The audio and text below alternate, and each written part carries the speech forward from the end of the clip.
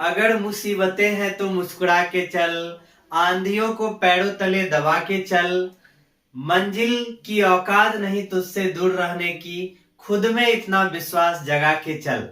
तो खुद में इतना विश्वास रहना चाहिए कि एग्जाम में कोई भी क्वेश्चन है सबको हिला देना है, सबको बना देना है, एक भी क्वेश्चन छोड़ के नहीं आना है। खुद में इतना विश्वास बना लेना है, इतना पढ़ाई कर लेना है कि कोई भी क्वेश्चन छूटे नहीं। तो आज का जो वीडियो हमारा है केमिस्ट्री में ऑब्जेक्टिव क्वेश्चन का, जो इनऑर्गेनिक केमिस्ट्री था उसमें पार्ट 1 पढ़ चुके थे। आज के वीडियो में पार्ट 2 पढ़ेंगे। तो स्टार्ट करते हैं इस वीडियो को। आज का जो पहला क्वेश्चन है वो पहला क्वेश्चन आप लोग को स्क्रीन पे दिख रहा है। तो जो भी क्वेश्चन दिखे पहले खुद से बनाना है इसको, और जैसा भी हो, सही हो या गलत है, निश्चित रूप से बताना है। अगर आप गलती करते हैं तो गलती से सीखिएगा, और सही कर रहे हैं तो बहुत अच्छी बात है। तो जो पहला क्वेश्चन है इसका आंसर बताइए क्या होगा। पहला क्वेश्चन का आंसर, पहला क्वेश्चन जो दिख रहा है इसमें बोला जा रहा है सल्फर डाइऑक्साइड को वायु प्रदूषक के रूप में क्यों माना जाता है। यानी जो हमारा सल्फर डाइऑक्साइड है, सल्फर डाइऑक्साइड SO2, तो ये वायु प्रदूषक के रूप में क्यों माना जाता है। तो ऑप्शन देखिए क्या सब है। यह वायुमंडल के ताप से बढ़ता है, ये तो गलत हो गया। इसे कीटनाशी के रूप में प्रयुक्त किया जाता है जो वायु प्रदूषण का कारक होता है, ये भी नहीं आएगा। यह O2 और H2O के साथ मिलकर सल्फ्यूरिक अम्ल के निर्माण के कारण अम्ल वर्षा उत्पन्न कर देते हैं, ये आ जाता है। जो वायु प्रदूषक होता है तो इसमें सल्फर डाइऑक्साइड जो है ये हमारे वायुमंडलीय O2 और H2O से मिल जाने के बाद जो है ये हमारा अम्ल वर्षा का निर्माण कर देता है। तो इस कारण से सल्फर डाइऑक्साइड क्या होता है, वायु प्रदूषक के रूप में माना जाता है। तो हमारा आंसर क्या हो जाएगा, पहला का C नंबर हो जाएगा। तो पहला जो क्वेश्चन है इसका आंसर क्या हो गया, C नंबर हो गया। पहला का क्या आ गया, C। नेक्स्ट सेकेंड क्वेश्चन आप लोग को दिख रहा है। सेकेंड क्वेश्चन का आंसर बताइए। सेकेंड क्वेश्चन में बोला जा रहा है निम्न में कौन सा कथन सही नहीं है। यानी जो सही नहीं है उस कथन को सेलेक्ट करना है। तो जो हमारा ऑप्शन ए है, ए में बोला जा रहा है ऑक्सीजन अणु 2 अयुग्मित इलेक्ट्रॉन के साथ अनुचुंबकीय होता है, ये बात हमारा सही है। 2 अणु जो है अयुग्मित इलेक्ट्रॉन भी इसमें होता है और अनुचुंबकीय होता है। तो पहला बात तो हमारा सही है। दूसरा कह रहा है सल्फर अधिकतम 4 सहसंयोजकता दर्शाता है, ये यहाँ पे गलत है। सल्फर जो होता है, सल्फर ये अधिकतम हमारा 6 संयोजकता दर्शाता है। सल्फर का कितना होता है, 16 होता है। तो यहाँ पे ये हमारा 2, 8, 6 यानी -2 से +6 तक ये दर्शाता है। अधिकतम कितना दर्शाता है, 6 दर्शाता है। और बी नंबर ऑप्शन में क्या है, लिखा हुआ 4, तो यही यहाँ पे गलत है। तो सही नहीं है, उस कथन को दर्शाने के लिए कह रहा है। तो ये जो हमारा बी नंबर है ये सही नहीं है। सही क्या होगा, तो सल्फर जो है 6 सहसंयोजकता यानी 6 सहसंयोजकता को दर्शाएगा। और बी में क्या बोला जा रहा है, 4। तो हमारा बी नंबर आंसर ही क्या है, सही नहीं है। तो दूसरा का क्या आंसर आ जाएगा, बी नंबर आ जाएगा। दूसरा का आंसर क्या आ गया, बी नंबर आ गया। नेक्स्ट क्वेश्चन थर्ड नंबर का जवाब दीजिए आप लोग, तेजी तेजी में बताइए। थर्ड नंबर क्या होगा। थर्ड में बोला जा रहा है किसमें सल्फर की +5 ऑक्सीकरण अवस्था उपस्थित है। यानी नीचे जो ऑप्शन है +5 संयोजकता किसमें सल्फर का है, ये हमको दर्शाना है। तो सबसे पहला जो है डाइथायोनिक अम्ल, तो डाइथायोनिक अम्ल का जो सूत्र होता है H2H2O6, ये हमारा डाइथायोनिक अम्ल का सूत्र है। बी नंबर ऑप्शन देखिए, बी नंबर में बोला जा रहा है सल्फ्यूरस अम्ल H2SO3 हो गया सल्फ्यूरस अम्ल। सी नंबर ऑप्शन देखिए, सी में क्या बोला जा रहा है, सी में बोला जा रहा है सल्फ्यूरिक अम्ल। तो सल्फ्यूरिक अम्ल का क्या हो जाता है फॉर्मूला, H2SO4 हो जाता है। फिर हमारा डी नंबर ऑप्शन है, डी में डाइसल्फ्यूरिक अम्ल। डाइसल्फ्यूरिक अम्ल क्या हो गया, H2S2O7। इस तरह से यहाँ पे है, सब में खोजना है हमको सल्फर का ऑक्सीकरण अवस्था कितना चाहिए, +5 होना चाहिए, वो खोजना है। तो यहाँ पे देखो हाइड्रोजन का +1 दो गो है तो +2 हो गया। ऑक्सीजन का हमारा कितना है, एक ऑक्सीजन का -2 तो 6 है तो -12 हो गया। फिर यहाँ पे -12 है, यहाँ पे +2 है तो 10 का अंतर है, तो 10 को 2 जगह बांट देंगे तो +5। इस तरह से बना सकते हैं, या आप लोग जो सिंपल विधि पढ़े हैं उस तरह से भी यहाँ पे सल्फर का निकाल सकते हैं। सिंपल विधि जो पढ़े थे, यहाँ पे एक हाइड्रोजन का +1 दोगो का +2 हो गया। सल्फर का निकालना है तो x मानेंगे, 2 गो है तो 2x हो गया। एक ऑक्सीजन का -2, 6 का -12, 0 के बराबर कर देंगे तो यहाँ पे दिख रहा है 2x बराबर हमारा कितना आ जाएगा 10, तो x बराबर हमारा कितना आ गया 5। तो इस जगह सल्फर का कितना हो गया, +5 हो गया। यहाँ पे हम लोग निकालेंगे, हाइड्रोजन हमारा है +1 दो गो है तो +2 हो गया। सल्फर का x ले लेंगे, ऑक्सीजन एक का -2, 3 है तो -6 हो गया, 0 के बराबर कर देंगे। तो यहाँ पे x देखिए कितना दिख रहा है, 4 दिख रहा है, तो सल्फर का कितना आ जाएगा, +4 आ गया।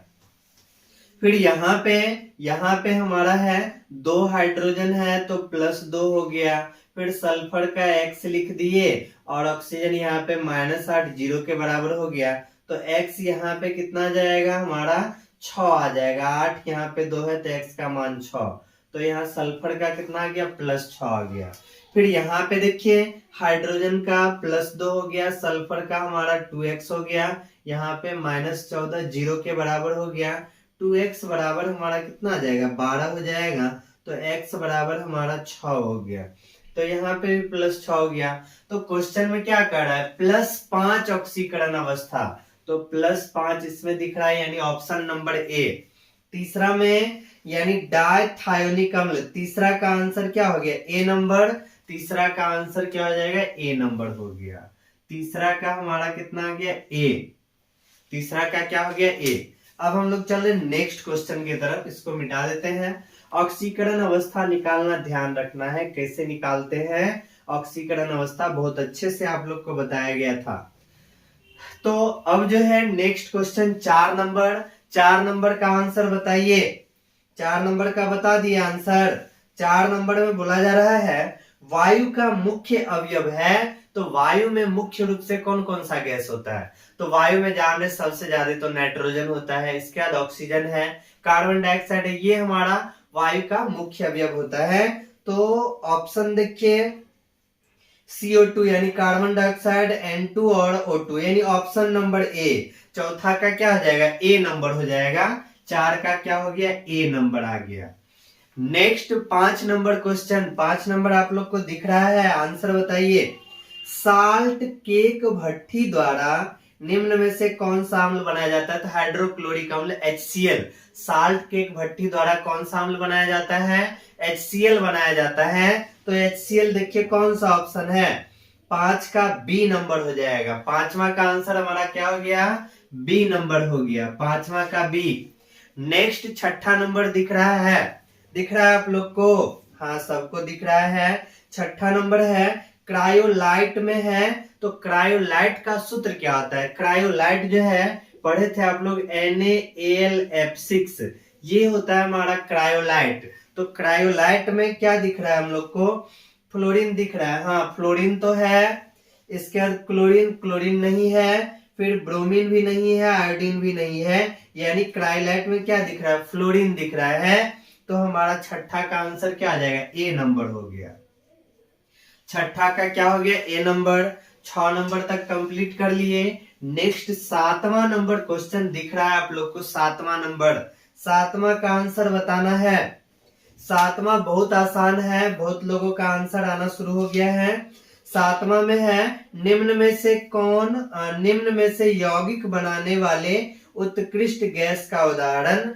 तो उत्कृष्ट गैस में पढ़े थे, उत्कृष्ट गैस यानी अक्रिय गैस में पढ़े थे कि अक्रिय गैस जो होता है वो किसी भी यौगिक का निर्माण नहीं करता है, लेकिन कुछ विशिष्ट परिस्थिति में जिनोन जो होता है वो कुछ विशेष यौगिक का निर्माण करता है। जिनोन यानी XeF4, XeF6, XeOF4 ये सारा कंपाउंड पढ़े थे। यानी जिनोन जो होता है वो कुछ विशिष्ट परिस्थिति में कुछ विशेष यौगिक का निर्माण करता है और जो है अक्रिय गैस मुख्य सामान्यतः जो है यौगिक का निर्माण नहीं करता है। तो हमारा आंसर क्या हो जाएगा? जिनोन।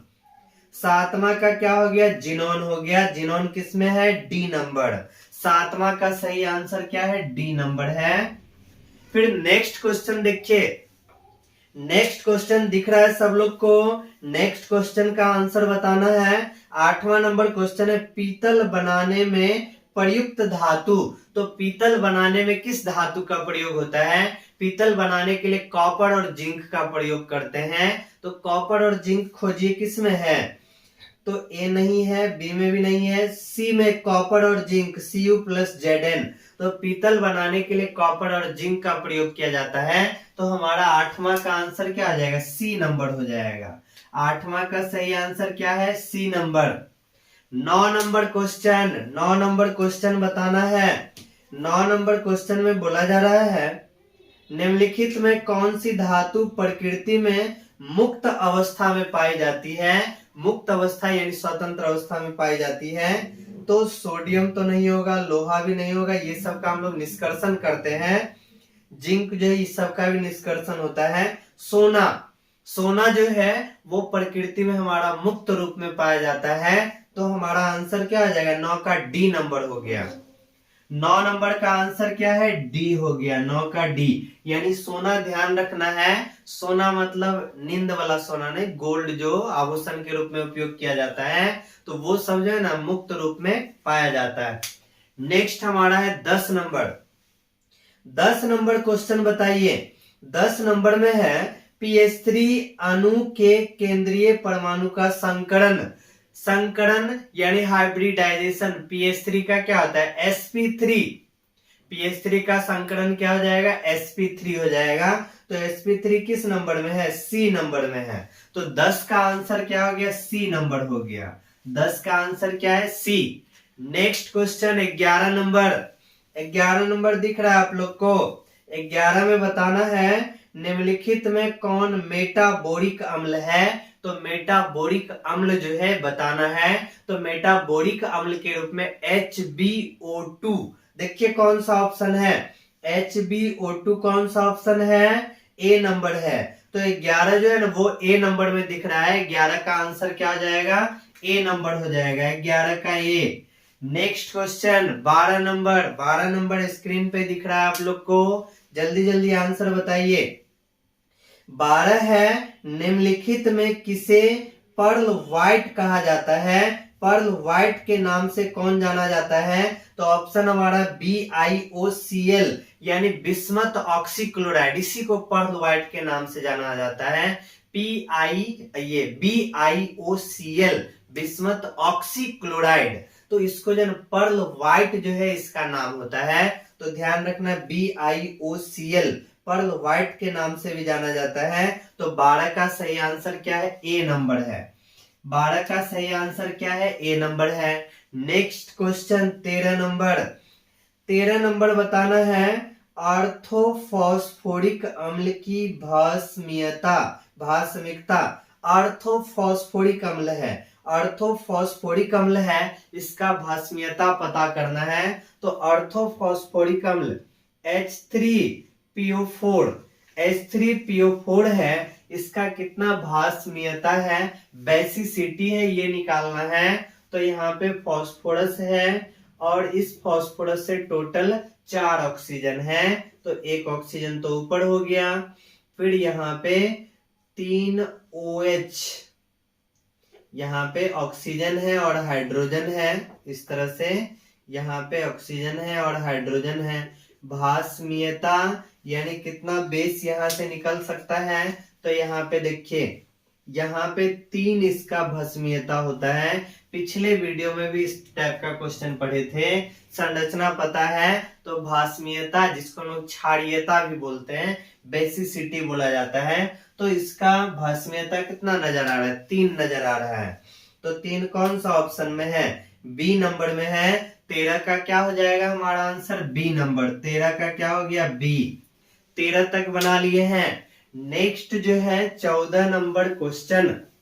14 नंबर क्वेश्चन दिख रहा है आप लोग को? 14 नंबर बताइए, 14 नंबर का क्या आंसर आएगा? बता दिए आप लोग। 14 में है P4O10 में सिग्मा बंध की संख्या।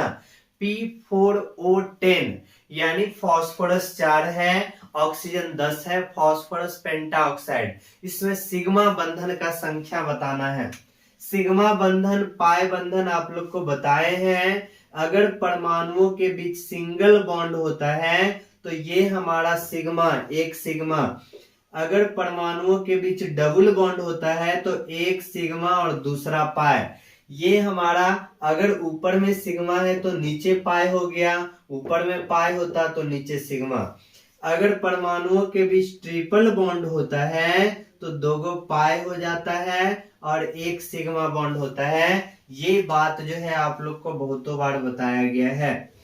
तो P4O10 है, P4O10 है, इसका संरचना बना लेते हैं। P4O10 है, फास्फोरस हमारा हो गया। फास्फोरस कितना है? 4 है। फास्फोरस कितना है? 4 है। फास्फोरस का संख्या 4 हो गया, 1 2 3 4। और ऑक्सीजन का संख्या हमारा 10 है। ऑक्सीजन का संख्या कितना है? 10 है। ऑक्सीजन का संख्या 10 है, तो टोटल 4, फिर यहाँ पे 4 8 हो गया, और फिर यहाँ पे हमारा 2 10 ऑक्सीजन हो गया। यहाँ पे अब सिग्मा बंधन खोजिए। सिग्मा बंधन कौन कौन सा है? अगर डबल बॉन्ड है तो एक सिग्मा हमारा होता है, 1 हो गया, फिर यहाँ पे 2 हो गया, 3 हो गया, 4 5 6 7 8 9 10 11 12, फिर यहाँ पे 13, फिर यहाँ 14 15 16, यानी टोटल सिग्मा बंधन का संख्या यहाँ पे कितना आ जाएगा? 16 सिग्मा बंधन है। तो 14 का देखिए 16 किस में है? 16 हमारा कौन सा ऑप्शन? D number. 14 का डी में दिख रहा है स्पष्ट 16। तो 14 नंबर क्वेश्चन का आंसर क्या हो गया? डी हो गया। तो सिग्मा बंधन, पाई बंधन पता करने के लिए बोला जाए तो अगर आपको स्ट्रक्चर आ रहा तो आसानी से बना सकते हैं सिग्मा बंधन और पाई बंधन। तो P4O10 में हमारा सिग्मा बंधन का संख्या कितना आ गया? 16। अब हम लोग चल रहे हैं next question 15 number. 15 number question, 15 number question बताना है। 15 नंबर में क्या आंसर आएगा? 15 नंबर क्वेश्चन क्या बोला जा रहा है? OF2 में ऑक्सीजन की ऑक्सीकरण अवस्था। OF2 में तो ऑक्सीकरण अवस्था निकालना आप लोग निश्चित रूप से जान रहे हैं। OF2 है मतलब एक ऑक्सीजन है और 2 हमारा फ्लोरीन है। 2 फ्लोरीन है, तो यहाँ पे ऑक्सीकरण अवस्था निकालना है। किसका निकालना है? ऑक्सीजन का निकालना है। तो ऑक्सीजन का निकालना है तो यहाँ पे दो विधि है। एक हमारा बॉन्ड टूटने के आधार पे, तो फ्लोरीन जो है, फ्लोरीन और ऑक्सीजन में फ्लोरीन हमारा होता है उच्च विद्युत ऋणात्मक, तो जिस कारण से बॉन्ड टूटेगा तो फ्लोरीन पे -1 और ऑक्सीजन पे +1। फिर यहाँ पे इस बॉन्ड के कारण जो ज्यादा विद्युत ऋणात्मक है उस पर ऋणात्मक का, जो कम है उस पे धनात्मक। तो इस तरह से इस बॉन्ड के कारण यहाँ जो हमारा फ्लोरीन है, इस फ्लोरीन पे -1 और इस ऑक्सीजन पे कितना आ जाएगा? +1। इस तरह से यहाँ पे देख रहे हैं ऑक्सीजन का ऑक्सीकरण अवस्था कितना हो जाएगा? ऑक्सीडेशन नंबर ऑफ ऑक्सीजन हमारा +2 दिख रहा है। या दूसरा विधि जो है ऑक्सीजन का निकालना है, जिसका निकालना है उसका x मान लेते हैं, और फ्लोरीन, फ्लोरीन का हमेशा वो किसी के सामने आ जाए, फ्लोरीन किसी से भी टकराएगा, किसी के सामने आएगा तो फ्लोरीन जो होता है उच्च विद्युत ऋणात्मक होता है। हर हाल में फ्लोरीन पे -1 ही होगा।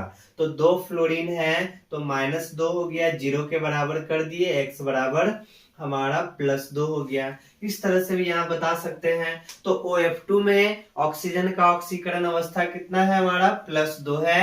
ध्यान रखना है, बोर्ड में पूछा भी गया क्वेश्चन।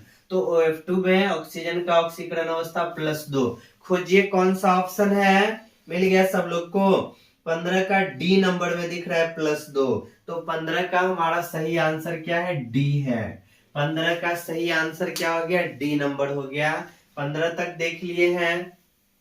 Next question 16 number.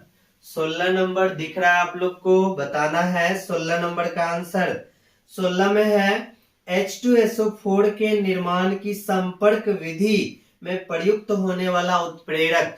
तो सल्फ्यूरिक अम्ल जिस समय पढ़ाया गया था संपर्क विधि द्वारा यानी कांटेक्ट प्रोसेस द्वारा, तो वहां पे जिस उत्प्रेरक का उपयोग किया था वो हमारा था वेनेडियम पेंटाऑक्साइड V2O5। V2O5 याद आ रहा है सब लोग को। बताया गया था आप लोग को सल्फ्यूरिक अम्ल बनाया गया था संपर्क विधि द्वारा, तो V2O5 उत्प्रेरक का प्रयोग किया गया था। तो V2O5 हमारा 16 का आंसर क्या है, बी नंबर है। 16 का आंसर क्या है, बी नंबर V2O5। 16 का सही आंसर क्या हो गया, बी। नेक्स्ट क्वेश्चन चलिए 17 नंबर, जल्दी जल्दी बनाना है सब लोग को। 17 नंबर में बोला जा रहा है कैरो अम्ल है, तो कैरो अम्ल जो होता है H2SO5, H2SO5 को ही कैरो अम्ल बोला जाता है। तो यहाँ पे 17 का हमारा सही आंसर क्या है, ए नंबर। 17 का सही आंसर क्या हो गया, ए नंबर हो गया। 17 तक कंप्लीट। फिर 18 नंबर, रुकना नहीं है, बताना है जल्दी जल्दी। 18 नंबर, पानी के एक अणु में भाग लेने वाले अधिकतम हाइड्रोजन बंधन की संख्या। तो यहाँ पे ध्यान रखिए, यहाँ पे अधिकतम पूछ दिया है। डायरेक्ट अगर हाइड्रोजन बंधन पूछ देता है जल में कितना हाइड्रोजन बंधन है, तो यहाँ पे अगर सिंपल रूप में पूछेगा तो सिंपल बताना है, लेकिन क्वेश्चन में बोल दिया अधिकतम। यहाँ पे देखिएगा तो 2 नजर आएगा, लेकिन यहाँ पे अधिकतम बोला जा रहा है, अधिकतम हाइड्रोजन बंधन की संख्या। तो यहाँ पे गलती नहीं कीजिएगा, ध्यान रखना है अधिकतम पूछा जा रहा है और जल के अणु में पूछा जा रहा है। तो जल का अणु बोला गया मतलब जल का बहुत सारा कण हो सकता है, जल का बहुत सारा कण हो सकता है। जल हमारा जाल नुमा संरचना बनाता है, तो जल का बहुत सारा अणु हो सकता है। तो इसमें अधिकतम हाइड्रोजन बंधन पूछा जा रहा है, अधिकतम हाइड्रोजन बंधन पूछा जा रहा है। इस तरह से हमारे पास बहुत सारा जल का अणु है, बहुत सारा जल का अणु है। तो इसमें हमारा जल का जो एक अणु है वो अधिकतम कितना हाइड्रोजन बंधन बना सकता है, जल का एक अणु जो है कितना अधिकतम हाइड्रोजन बंधन बना सकता है।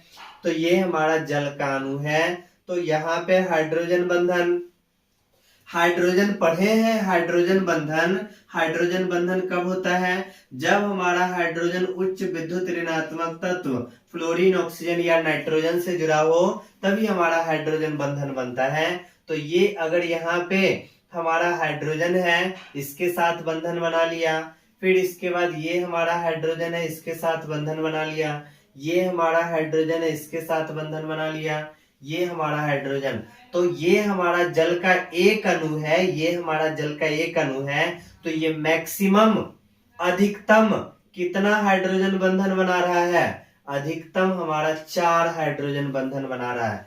जल का जो हमारा ये एक अणु है, ये मैक्सिमम अधिक से अधिक हमारा 4 हाइड्रोजन बंधन बना सकता है। अधिकतम हाइड्रोजन बंधन पूछा जा रहा है, इसलिए 18 में क्या हो जाएगा, हमारा जल का एक अणु अधिकतम 4 हाइड्रोजन बंधन। खोजिए कौन सा ऑप्शन है।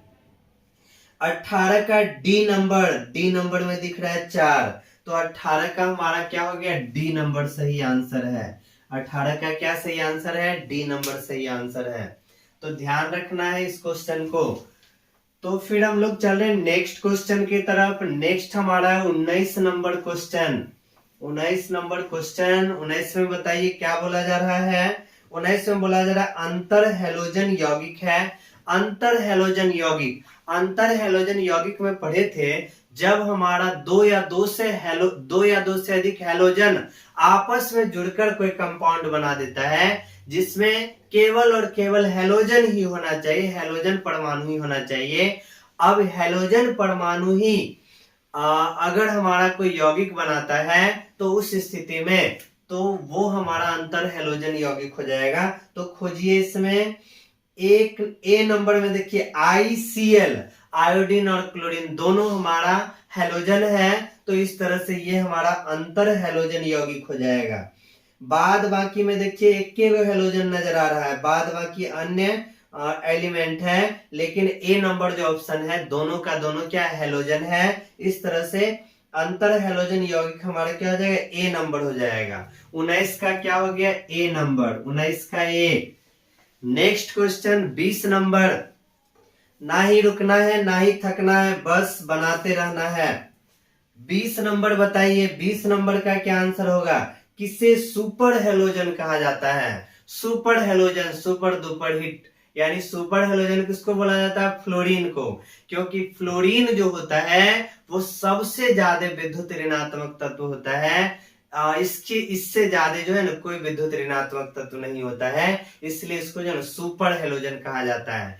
ये किसी के साथ जुड़ेगा तो हर हाल में इस पे जो है ऋणात्मक आवेश ही आएगा फ्लोरीन पे, तो इसलिए यहाँ पे सुपर हैलोजन फ्लोरीन को बोला जाता है। तो 20 का हमारा आंसर क्या हो जाएगा, ए नंबर। 20 का सही आंसर क्या हो गया, ए नंबर। 20 का सही आंसर ए।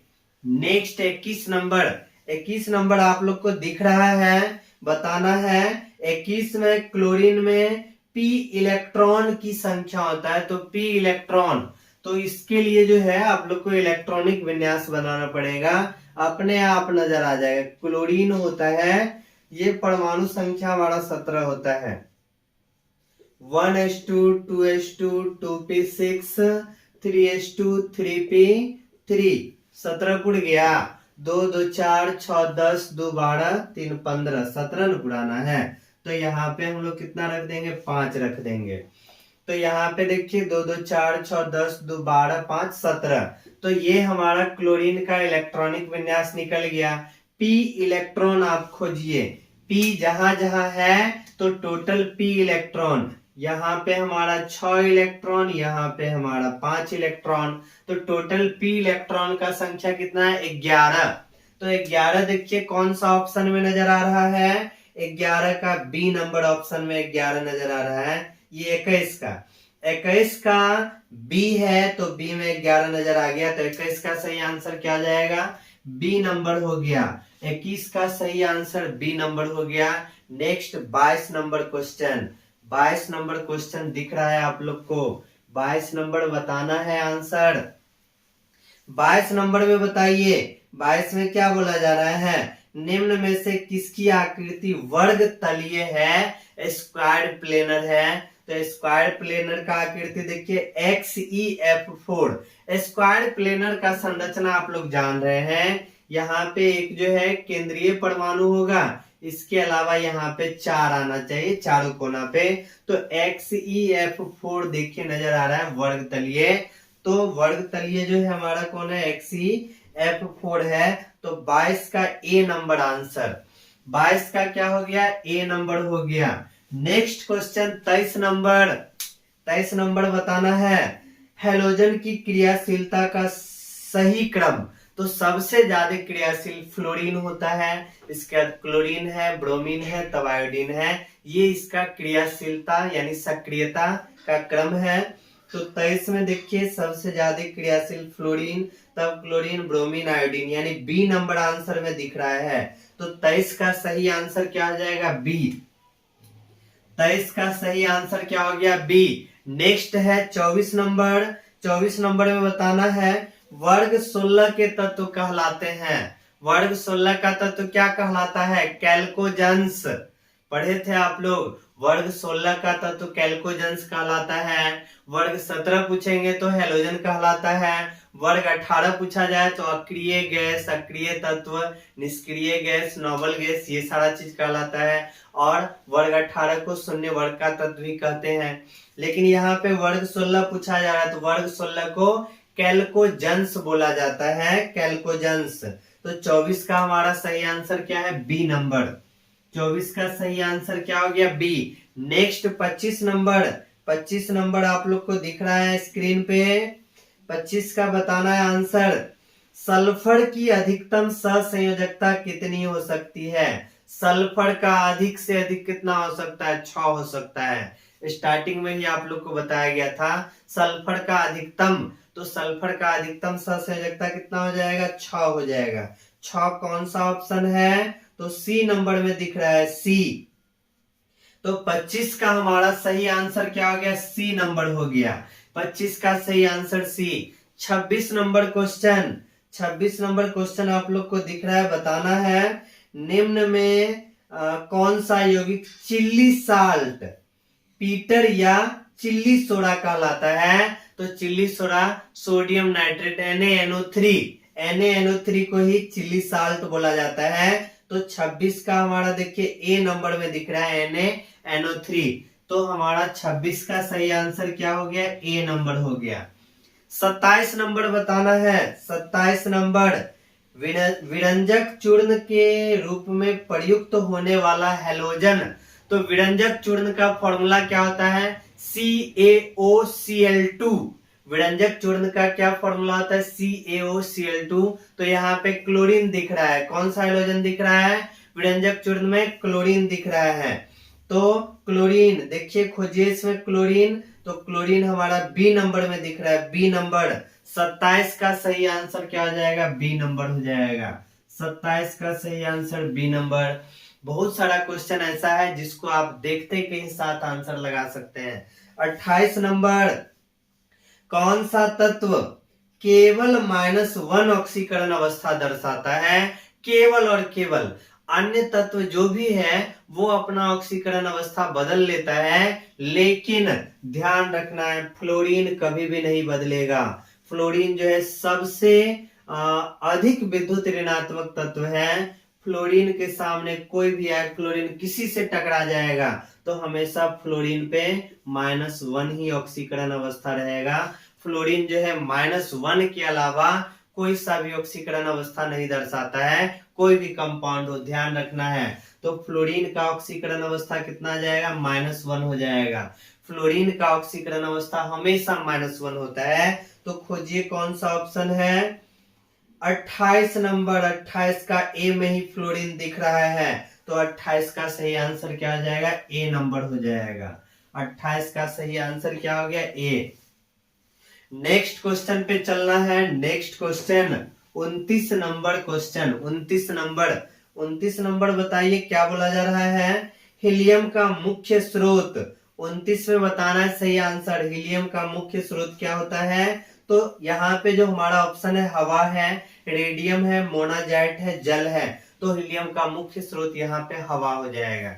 इससे पिछले वाले वीडियो में पढ़े थे, वहां पे हमारा ऑप्शन सूर्य था, हवा लेकिन उस जगह नहीं था, सूर्य था, तो उस जगह पे हम लोग सूर्य लगाए थे। यहाँ पे सूर्य नहीं है, हवा है, तो यहाँ पे हमारा सही आंसर क्या हो जाएगा? हवा हो जाएगा। तो हीलियम का मुख्य स्रोत क्या होता है? हवा होता है। तो 29 का ए नंबर हो जाएगा, 29 का ए नंबर हो जाएगा। 29 का क्या हो जाएगा? ए। तो ऑप्शन में बोर्ड अगर पूछता है तो दोनों एक साथ नहीं देगा, या तो ऑप्शन में हवा आपको नजर आएगा या आपको सूर्य नजर आएगा, तो जो नजर आएगा उसमें टिक लगाना है। तो 29 का क्या हो गया? ए नंबर। नेक्स्ट हमारा 30 नंबर, 30 नंबर में देखिए 3D संक्रमण धातु का प्रथम तत्व। तो 3D यानी संक्रमण तत्व कहां से स्टार्ट होता है? स्कैंडियम से स्टार्ट होता है, SC स्कैंडियम से स्टार्ट होता है। तो प्रथम तत्व ही पूछा जा रहा है, तो प्रथम तत्व स्कैंडियम खोज के निकालिए, किस ऑप्शन में दिख रहा है? तो सी नंबर में दिख रहा है। तो इस तरह से 30 का सही आंसर क्या आ जाएगा? सी हो जाएगा। 30 का सही आंसर क्या आ गया? सी। 31 नंबर में चलना है, 31 में खोजना है। 31 का बताइए क्या होगा? इनमें किसका चुंबकीय आघूर्ण अधिकतम होता है? तो चुंबकीय आघूर्ण पढ़े हैं, चुंबकीय आघूर्ण का फॉर्मूला क्या पढ़े? म्यू बराबर √N × N+2Bm, यानी बोर मैग्नेटन। यही ना फॉर्मूला पढ़े हैं, यही फॉर्मूला पढ़े हैं। तो यहाँ पे N हमारा होता है अनपेयर्ड इलेक्ट्रॉन, अयुग्मित इलेक्ट्रॉन की संख्या। अब ऑप्शन में जिसके पास सबसे ज्यादा अयुग्मित इलेक्ट्रॉन होगा उसी का चुंबकीय द्विध्रुव सबसे ज्यादा होगा। चुंबकीय आघूर्ण जो है सबसे ज्यादा होगा। तो यहाँ पे खोजिए 31 नंबर का जो हमारा पहला ऑप्शन है V+3 है, V+3 है। इसमें हमको अयुग्मित इलेक्ट्रॉन खोजना है। तो इसका जब इलेक्ट्रॉनिक विन्यास निकालेंगे वेनेडियम, तो वेनेडियम का परमाणु संख्या 23 होता है, जिसमें से 3 निकल गया। तो 3 निकल गया तो आर्गन यानी 18 पुरा दिए। अब 4s2 3d 3 होता है 23 के लिए, तो 3 निकल गया। तो पहले s से निकालेंगे 2 गो, फिर डी से निकालेंगे, 1 निकाल दिए तो यहाँ पे 2 गो बच गया, यानी यहाँ पे 3d2 हो गया। वेनेडियम में कितना हो गया 3d2। इसके बाद फिर अगला देखिए, अगला हमारा है क्रोमियम Cr+3 है, Cr+3 है, Cr+3 है। क्रोमियम का जब निकालेंगे तो यहाँ पे क्रोमियम 24 होता है। तो इस तरह से यहाँ से भी 3 निकाल देंगे तो इस तरह से हमारा 3d3 होगा। यहाँ पे अयुग्मित इलेक्ट्रॉन का संख्या 3 हो जाता है। फिर इसके बाद Fe+3 है और CO+3 है, Fe+3 है और इसका CO+3 है। यहाँ पे निकालें, लोहा का परमाणु संख्या कितना 26 होता है, यहाँ पे 3 निकालना है तो 3d6 होता है। S वाला से 2 गो निकल गया, एगो D वाला से निकल गया तो 3d5 हो जाएगा। फिर इसके बाद कोबाल्ट 27 होता है, तो 2 गो S में से निकाल दिए, एगो D में से निकाल दिए, तो यहाँ पे 3d6 हो जाता है। सबसे ज्यादा अयुग्मित इलेक्ट्रॉन का संख्या, अयुग्मित इलेक्ट्रॉन मतलब हो गया कि D में हमारा 5 गो घर है, 5 गो घर है तो 3 इलेक्ट्रॉन भर देना है, यानी अयुग्मित इलेक्ट्रॉन का संख्या 3 है। फिर यहाँ पे 5 गो घर है, सभी घर में एक एक भर देंगे तो अयुग्मित इलेक्ट्रॉन का संख्या हमारा 5 हो जाएगा। इसमें n5, इसमें n3, इसमें n का मान 2। यहाँ पे 5 घर है और सब घर में पहले एक का एक की भरते हैं, इसका जोड़ा लगाना शुरू करते हैं। तो इसमें n का मान कितना हो गया 4।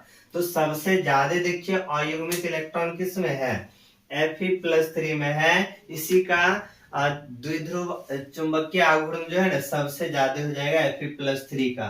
तो Fe+3 खोजिए, कौन सा ऑप्शन है Fe+3 सी नंबर में दिख रहा है, सी में दिख रहा है। तो 31 का हमारा सही आंसर क्या हो जाएगा, सी हो जाएगा। 31 का सही आंसर क्या आ जाएगा, सी।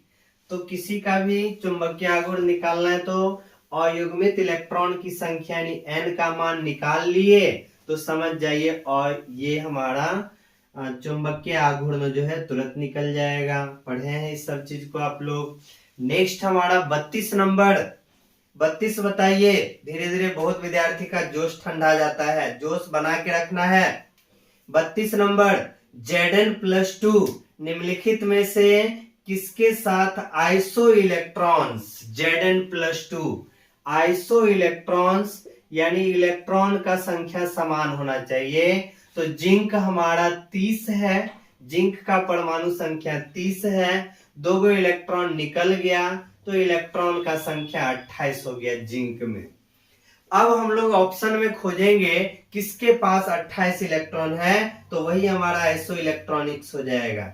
कॉपर, ए नंबर ऑप्शन हमारा है Cu+ है, Cu+ है। तो कॉपर का परमाणु संख्या 29 होता है, 1+ है मतलब 1 इलेक्ट्रॉन निकल गया तो 28 हो गया, हमको तो यही लग रहा है। फिर आगे चेक कर लेते हैं एक बार।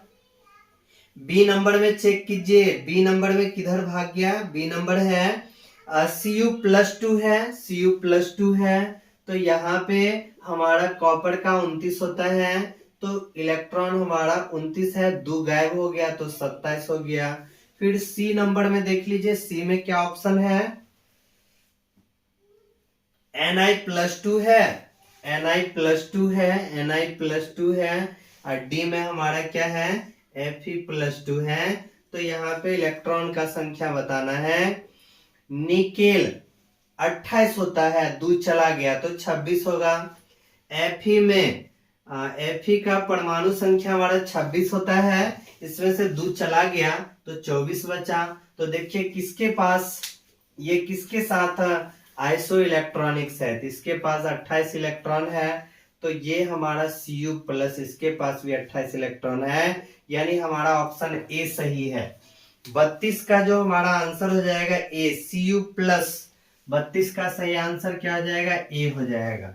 आइसो इलेक्ट्रॉन्स मतलब इलेक्ट्रॉन का संख्या समान होना चाहिए, तो इलेक्ट्रॉन का संख्या समान यहाँ पे लगा दिए हैं। अब जो है next question 33 number, 33 number question में देखिए क्या बोला जा रहा है। 33 में बोला जा रहा है अत्यंत तनु KMnO4 विलयन कहलाता है। अत्यंत तनु KMnO4 विलयन जो है वो बेयर अभिकर्मक कहलाता है। इसका जो नाम है बेयर अभिकर्मक, ध्यान रखना है। तो 33 का हमारा क्या हो जाएगा, ए नंबर हो जाएगा। 33 का क्या हो गया, ए नंबर हो गया। 33 का हमारा सही आंसर क्या है, ए नंबर है। 33 का ए हो गया। 34 हम लोग चल रहे हैं। 34 में बताना है वनस्पति घी के निर्माण में कौन सा उत्प्रेरक काम में आते हैं। तो वनस्पति घी का जो निर्माण होता है उस समय उत्प्रेरक के रूप में निकेल का उपयोग किया जाता है। तो निकेल देखिए किस ऑप्शन में दिख रहा है, सी नंबर में दिख रहा है निकेल। तो 34 का हमारा क्या हो जाएगा, सी नंबर हो जाएगा। 35 नंबर क्वेश्चन, 35 नंबर क्वेश्चन क्या बोला जा रहा है 35 में, निम्न में से हरा थोथा कहते हैं। तो हरा थोथा का क्या फॉर्मूला आता है, FeSO4 × 7H2O। हरा थोथा हमारा क्या होता है, FeSO4 × 7H2O। कौन सा ऑप्शन दिख रहा है, 35 का देखिए ए नंबर दिख रहा है। हरा थोथा जो है इसी को बोला जा रहा है। 35 का हमारा सही आंसर क्या है, ए नंबर है। 35 का सही answer A. Next 36 number question, 36 पे हम लोग पहुंच चुके हैं। 36 नंबर क्वेश्चन जो है इसमें बोला जा रहा है जिगलर नाटा उत्प्रेरक किसे कहा जाता है। तो जिगलर नाटा उत्प्रेरक जो है किसको कहा जाता है, तो ऑप्शन नंबर ए में दिख रहा है FeCN का होल 6, ये नहीं होगा। बी नंबर देखिए, बी में दिख रहा है AlC2H5 का होल 3 TiCl4, यही हमारा जिगलर नाटा उत्प्रेरक होता है। ध्यान रखना है AlC2H5 का होल 3 प्लस में TiCl4, यही जिगलर नाटा है। किस नंबर में है, बी नंबर। हमारा सही आंसर क्या है, बी नंबर है। इसका फॉर्मूला ध्यान रखिएगा। इसको जो है हम लोग जिगलर नाटा के रूप में बोला जाता है इसको। अब हम लोग चल रहे हैं नेक्स्ट 37 नंबर। 37 नंबर में बोला जा रहा है लूनर कास्टिक का रासायनिक सूत्र, लूनर कास्टिक का रासायनिक सूत्र जो AgNO3 हो जाएगा। तो AgNO3 लूनर कास्टिक का रासायनिक सूत्र AgNO3, कौन सा ऑप्शन दिख रहा है, सी नंबर दिख रहा है। 37 का हमारा क्या हो जाएगा, सी। नेक्स्ट जो है आज का लास्ट क्वेश्चन 38 नंबर। 38 नंबर आप लोग बताइए, निम्न में से कौन फोटोग्राफिक फिल्म वो प्लेट का एक आवश्यक घटक होता है। तो फोटोग्राफिक फिल्म या प्लेट जो है इसके लिए silver bromide AgBr, silver bromide का उपयोग किया जाता है। उसका जो प्लेट यानी पट्टी जो होता है उसमें सिल्वर ब्रोमाइड का उपयोग किया जाता है। तो कौन सा ऑप्शन है, तो ऑप्शन नंबर बी। 38 का ऑप्शन नंबर क्या हो गया, बी हो गया। तो आज जो है इनऑर्गेनिक पार्ट 2 में जो 38 क्वेश्चन कंप्लीट किए हैं। आप सभी लोग जल्दी जल्दी कमेंट बॉक्स में बताइएगा किसका कितना सही हुआ है, ताकि हमको पता चल सके कौन सा विद्यार्थी कितना सही बना रहे हैं। तो इस तरह से निश्चित रूप से बताना है। इसके बाद इनऑर्गेनिक केमिस्ट्री का जो है दोनों पार्ट हम लोग पढ़ लिए हैं, कंप्लीट कर दिए हैं। फिर जो है नेक्स्ट इसके बाद जो है फिर नेक्स्ट चैप्टर का ऑब्जेक्टिव क्वेश्चन लाएंगे नेक्स्ट वीडियो में। तब तक जो है अपना पढ़ाई जारी रखिए। मिलते हैं नेक्स्ट वीडियो में। धन्यवाद।